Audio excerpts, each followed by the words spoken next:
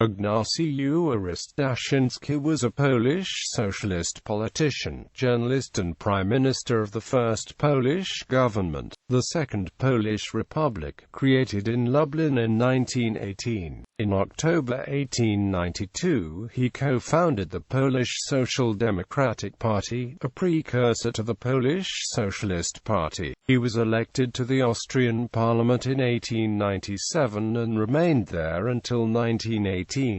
From 1903, he took part in several congresses and gatherings of the International Socialist Party, frequently emphasizing the independence and reunification of all territories of Poland as a part integral of the Polish socialist program. Then, in 1912, Daszyński began his long collaboration with future Marshal and Chief of State Józef Pilsudski. He was also appointed chief editor of the socialist newspaper Naprzód in Kraków. Following World War I, Daszyński co-founded the Polish National Committee, and for a few days, he served as head of the provisional government formed in the city of Lublin on November 7, 1918. He was elected on January 26, 1919 to the Polish Sejm and was constantly re-elected in 1922, 1928 and finally in 1930. From July 1920 to January 1921, he served as the Deputy Prime Minister in the Government of National Unity led by politician and diplomat Wincenty Witos. Although he strongly supported Józef Pilsudski during the May 1926 coup, he later joined the centre-left opposition. From 1928 to 1930, he was the third Marshal of the Sejm. He often refused to allow a parliament sitting a session when Pilsudski, accompanied by a strong armed escort and a cavalry unit, entered the chamber where the politicians and envoys gathered.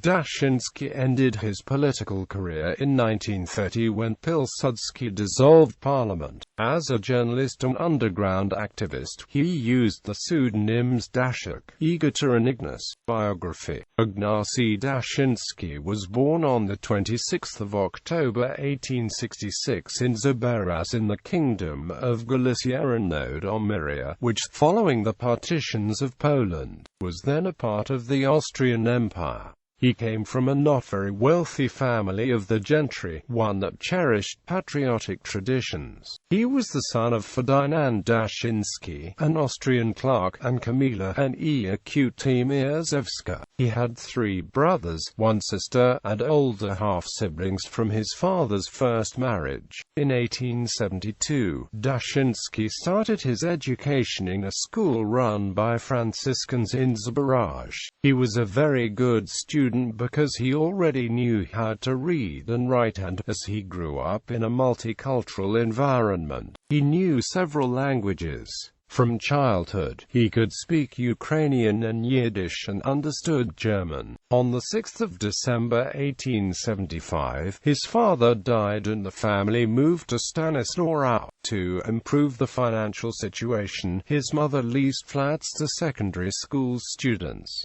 2 years later, he entered secondary school. During this time he earned money by giving his colleagues private lessons. At the time, he was under the strong influence of his older brother, Felix, who taught him how to be a good Polish patriot. Together they performed minor subversive actions. Felix wrote an anniversary poem in honor of Maurycy Gosławski, a poet who fought in the November uprising. Ignacy made copies of the poem and scattered them around the poet's grave. The Austrian police started an investigation and Felix was arrested, while Ignacy was released pending trial. However, they were both acquitted. Felix still did not abandon his subversive activity. He created a conspiratorial group that drew Polish and Ukrainian teenagers from the Stanislaw area. Ignacy contributed to the group by establishing its rules. In 1882, Ignacy Daszyński gave a patriotic speech to students during the long school break. This led him to being expelled from the school and brought put an end to his family's easy life in Stanislaw. The financial situation collapsed and they had to move to LWOW.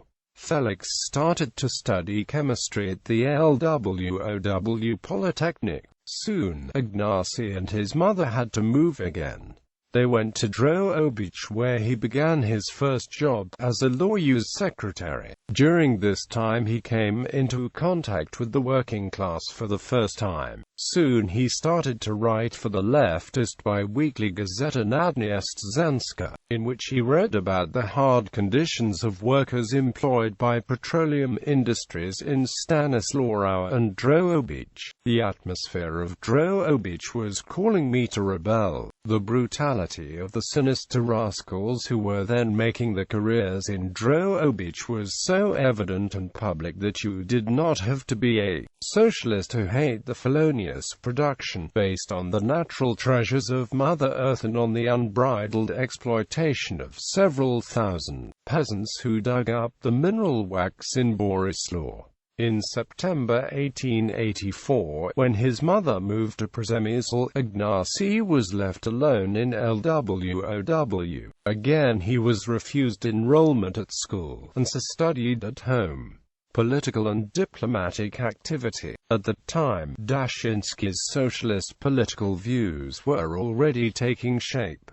In 1886, he became a tutor to some friends of his parents. On the 8th of April 1888, he was allowed to pass the matura without attending the classes. He received his diploma on the 22nd of September 1888 and went on to study philosophy at the Jagiellonian University in Kraków. Thanks to his brother Felix, he was in touch with socialists in Kraków. In 1889, he met Ludwik Kulczycki, whom he helped in delivering socialist brochures in Congress, Poland. Daszyński soon had to abandon his studies because of financial problems. He became a tutor again, working under a false name for the Gniazdowski family from Zanostor. On the night of 2 to 3 May 1889, he was arrested by the Russian police and spent 6 months in jail in Pultusk because he was mistaken for his older brother Felix,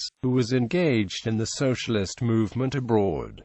When Ignacy was released from jail, he was expelled from Congress Poland and returned to Kraków. While there, he was accused of engaging in illegal political activities, but was acquitted under a statute of limitations. He returned to university, but had to give up his studies after taking part in a demonstration. After these events, Daszyński decided to emigrate to Argentina. However, before leaving Europe he went to Switzerland to visit his brother Felix and his wife Zofia. His brother had tuberculosis and was taking a cure in Davos. After meeting his brother, he went to Paris to buy a ticket to sail to Argentina, but on the 9th of April 1890 he was informed of Felix's death. After this, Stanislaw Mendelssohn and Alexander Debski persuaded him not to emigrate. He decided to study in Switzerland and was admitted to the University of Zurich. During his studies there, he was supported by Mendelssohn, who gave him £60 per month. In Switzerland, Daszyński continued his brother's socialist activity.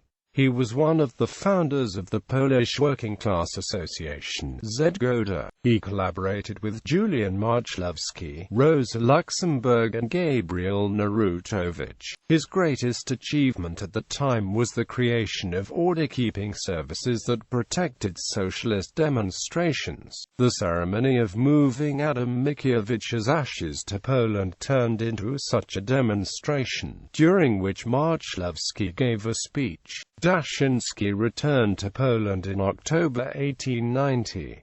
First he stayed in Kraków, then moved to LWOW, where he created a management center for the socialist movement in Galicia. He collaborated with Ukrainian socialist activists and attended the founding meeting of the Russian Ukrainian Radical Party, where he met the poet Ivan Franko. The Social Democratic Party Daszyński wanted to unite all the working-class movements of Galicia. Particular groups were connected with two newspapers, Precursor and Robotnik. He himself was a Precursor journalist. At a meeting on the 7th of November 1890 in LWOW, socialist activists decided to create an official and legal Labour Party. The next step was to establish a new Socialist Poverty Relief and Educational Association (SELA) on the 15th of February 1891. When the organization grew bigger, its presence reached Stanislaw and Kraków. At the time, he was very active as a journalist and politician. He delivered speeches at many rallies, such as the election rally on the 1st of May 1891 in LWOW, and he published a political brochure, O Partiach Politycznych W. Galek G, under the pseudonym Egota on the 30th of April 1891. After its publication, he was charged with affiliation with an underground organization, but, since the Socialist Party was legal, the charge was dismissed. In June he became a Galician delegate at the Congress of the Social Democratic Workers' Party of Austria in Vienna. From 16 to the 23rd of April 1891, Daszyński led a delegation of Polish socialists to the Congress of the Second International in Brussels. He then went to Berlin, where he became editor-in-chief of the Polish newspaper Gazeta Robotnicza. He worked there for 6 months. When he was leaving Berlin, he was arrested by the German authorities on charges of publishing seditious articles. However, since they could not prove that he was in fact their author, he was released. In early 1892, he went to LWOW, where he played an important role in the first convention of the Polish Social Democratic Party of Galicia. He delivered a speech about the party's political program and tactics. On his way back, he was arrested again and spent 10 days in jail in Kraków. On his release, he returned to LWOW. At the Third Congress of Austrian Socialists, he argued for the separation of the Polish Social Democratic Party from the numerous Austrian organizations, emphasizing pro-independence clauses in the party's Marxist political program, which aimed to put socialism into practice by abolishing private property. The first steps to achieve this aim were to be democratization of the election procedures and introduction of an 8-hour working day. His dream of a separate Polish party partially came true when, in 1892, the Polish Socialist Party was created. Daszyński met and fell in love with Felicia Prochnik, with whom he allegedly had a son, Adam Prochnik. Between 1892 and 1893, Daszyński lived in the Carpathian Mountains, where he was resting. In 1893, he moved to Kraków, where he became editor of the socialist newspaper Nebzod. In March 1893, he attended the Second Socialist Congress in Kraków.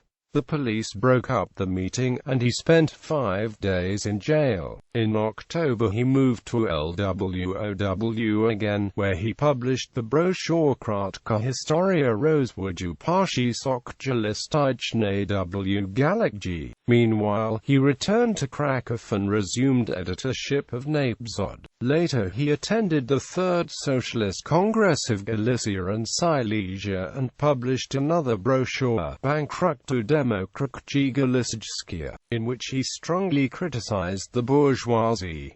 In 1895 Daszyński's mother died. In 1896 he attended the International Congress in London. In the autumn of 1896, the Polish Minister-President of Austria, Count Kazimierz Badeni, introduced a partial reform of the electoral law, such that 72 members of parliament were to be elected through a form of universal male suffrage. Daszyński believed that this gave a chance for socialist ideology to become more popular, as well as a chance to fight for his ideology in parliament. Constituencies were divided in such way that they included towns and villages. He was a candidate in the Kraków constituency, where he received 75% of the vote. He was supported by workers, peasants, students, many of them Jews. In 1897, he became a member of parliament, and in the same year he married the actress Maria Paskowska in Vienna. Austrian Parliament. After entering parliament, Daszyński became chairman of a parliamentarian club which numbered 15 members. In 1898, authorities introduced a state of emergency in part of Western Galicia. Its aim was to weaken the workers' movement. Most liberties, such as freedom of assembly, were restricted. Daszyński fought against it, for example by giving a famous speech on the 22nd of November in which he protested against the government's actions. Later, he supported workers' strikes. However, he emphasized that they needed to be held legally. He also engaged in the democratization of the electoral law in parliament. Among other things, he called for abolition of curial voting. Daszyński was a great speaker whose speeches attracted large crowds. He attacked conservatives and President-Minister Badeni. In 1898 he took part in huge demonstrations in Vienna, which resulted in Badeni being dismissed from his position by the emperor. In 1900, Daszyński was again elected to the Council of State. He focused his activities on circumventing censorship because, as a publicist, he was subjected to limitations on his freedom of speech. Kraków City Council. On the 12th of May 1902, Daszyński became a member of the Kraków City Council. While on it, he focused on struggling against conservative and royalist members of the council. Daszyński was also engaged in social matters and issues connected with Krakow's infrastructure. He was a member of municipal committees dealing with industrial affairs, coal and canals. On the 2nd of February 1905, after the outbreak of the 1905 Russian Revolution, he took part in a demonstration on Krakow's Market Square, during which he burned a portrait of the Tsar. Police tried to disperse the demonstrators but failed to seize the council. In 1907, Parliament passed a new electoral law allowing all men above 24 to vote in elections for the Council of State. In May of the same year, Socialists achieved considerable electoral success while Conservatives lost a significant number of parliamentary representatives. 1912–18. Just before World War I, the Polish Social Democratic Party came to an agreement with Józef Pilsudski's Polish Socialist Party revolutionary faction. They decided that, in the coming conflict, Poles should support the Central Powers, which could lead to the creation of a unified Austria-Hungary-Poland. Daszyński co-authored the PPSD resolution, which stated that, as the true representatives of the Polish nation, we declare our conviction that in a prospective conflict between Austro-Hungary and Russia, whose outbreak is beyond our control, all the forces of the Polish nation should be directed against the Russian Emperor, who is the irreconcilable and cruel oppressor of the great majority of our nation. Daszyński recommended members of socialist parties to join Polish paramilitary troops. Thanks to this, these organizations were recognized as legal by the Austrian authorities. In November 1912, the PPS revolutionary faction and the PPSD joined the Temporary Commission of Confederated Independence Parties. Galician socialists were hoping to provoke an uprising after the outbreak of war in the Kingdom of Poland. In August 1914, when World War I started, Daszyński became the deputy military commissioner in Macau for a few days. He tried to urge the population to fight against Russia, but was unsuccessful and quickly returned to politics. After the creation of the Supreme National Committee by parliamentarian Kolopolski, Daszyński became one of the members of the executive department. This unit decided to form the Polish Legions. In Daszyński's opinion, Poland should seek support from Austria-Hungary. He could not form a clear opinion of the Act of the 5th of November, which would guarantee the creation of an independent Kingdom of Poland. On the one hand, he was pleased that the act proclaimed Polish statehood. On the other, he felt angry that it ignored the issue of the Russian partition of Galicia. However, he participated in work on a future constitution. On the 28th of May 1917, he voted in the Austrian Parliament in favor of a proposal from the Polish People's Party (PISD), claiming that the only desire of the Polish nation is to regain an independent and united Poland with access to the sea. Influenced by the crisis and the imprisonment of Pilsudski in Magdeburg in July 1917, Daszyński became more firmly opposed to the Austria-Hungary monarchy. On the 22nd of January 1918, he stated in Parliament that Galicia wanted to become part of a united and independent Poland. At the end of September 1918, on Daszyński's initiative, Polish members of Parliament prepared and negotiated with the National Democracy Movement a proposal which was introduced to the Austrian Parliament on the 2nd of October 1918, demanding restoration of an independent Polish state composed of areas from the three partitions, their own coast, and Silesia. They also recognized that the Poland issue was an international matter and called for Poland's participation in a peace conference to decide Polish question. Daszyński gave his last speech on the 3rd of October 1918, stating that all Poles declare that they want sovereignty over all three partitions brought about by the rape of Poland. All three partitions should be joined and denounced as an independent country, but this unification and this independence needs to be achieved in accordance with international law in an international peace convention. Prime Minister of the Polish People's Republic. On the 15th of October 1918, Daszyński and other Polish deputies to the Austrian Parliament adopted a document in which they declared themselves to be Polish citizens. Late October brought the first signs of collapse of the once mighty Austria-Hungary. On the 28th of October he became a member of the Polish Liquidation Committee, which was led by Wincenty Witos and headquartered first in Kraków, then in Lwow.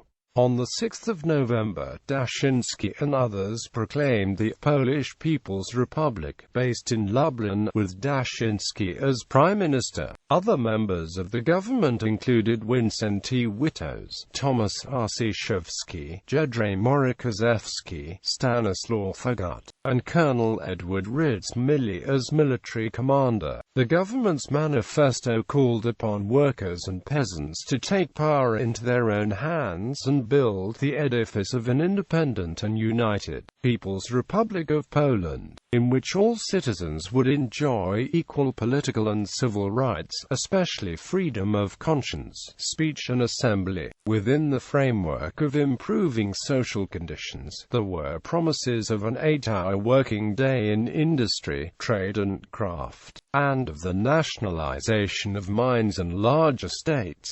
The future country was intended to be a democratic parliamentary republic, setting itself up as the legitimate representative of the Polish people. Daszyński's government called on the Regency Council to be deposed. This move was repudiated by moderate forces in Warsaw, who now hoped for a return of Józef Pilsudski, who was still in custody in Germany. Already in October, the Regency Council had requested Pilsudski's release, and after deliberations mediated by Harry Graf Kessler, Pilsudski was allowed to return to Warsaw, where he arrived on the 10th of November. The following day, the day Germany signed the armistice, German troops in Warsaw were disarmed as they refused to fire on Polish insurgents. Both the Regency Council and the Daszyński government ceded all authority to Pilsudski. Pilsudski asked Daszyński to form a government, but stressed the need to strengthen the effectiveness of his cabinet's work through participation of eminent forces, regardless of political beliefs, and forbade him to prejudice the legislative work of the Sejm by radical social reforms or other legislative changes. Daszyński accepted, but failed to form a government, and resigned on 14 November. In a letter published the next day, Pilsudski thanked him for his truly civic work in helping to create the first Polish government and for not hesitating to sacrifice himself for the good of the cause in order to reach an agreement among divergent factors. Deputy to the Polish Sejm, Daszyński campaigned in the first post-war elections to the Polish Sejm, proclaiming, "The first legislative Sejm is the first administrator of Poland, its builder, the source of law and authority, a free, independent and united Poland." 36 members of the PPSD and PPS entered the Sejm and created a parliamentary group named Związek Polskich Poselów Socjalistycznych. Daszyński became its president. He focused on promoting a socialist program. He advocated nationalizing some industrial sectors, for example creating state monopolies in coal and spirits. He proposed improvements in working conditions and protected workers' rights, as well as supporting development of the cooperative movement and education of peasants and workers. On 26 April 1919, the PPSD, the PPS and the PPS Prussian section united to form a unitary PPS.